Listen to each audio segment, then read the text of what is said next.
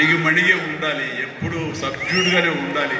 Number 1 అనేది నా మైండ్లో ఎప్పుడు పెట్టుకునేవాడు కాదు. స్వేర్ కష్టపడి పనిచేసి ఆటోమేటిక్గా ఆ నెంబర్ అట్లాగే ఉంటుంది తప్ప ఎక్కడికి పోదు. అదే తప్ప నేను నెంబర్ 1 చెప్పుకుంటే నాతో నిలబడుతుంది అని నమ్మకం లేదు. మనం కష్టపడి అలా అదే విధంగా ముందుకు సాగుతూ ఉంటే కనుక ఆటోమేటిక్గా వస్తుంది. ఆ నెంబర్ 1 స్థానం అలా నిలబడి ఉంటుంది. అది గట్టిగా నమ్మేవాడిని. ఇది ఎవరు చెప్పింది కాదు, నా అంతరాత్మ నాకు చెప్పింది కాబట్టి అంత ఫాలో అవుతూ వచ్చేవాడు. అందుకని ఈ రోజున నేను సరదాగా ఎంటర్ప్రినర్షిప్ వెళ్ళది నేను నా సోత్కాశం చెప్పకూడదు అనుకుంటున్నప్పుడు నేను ఏం పాయింట్ చెప్పాలని ఊరికి నేను గూగుల్ చేసేవేళ చేస్తే the key principles to become the entrepreneur, identify your passion.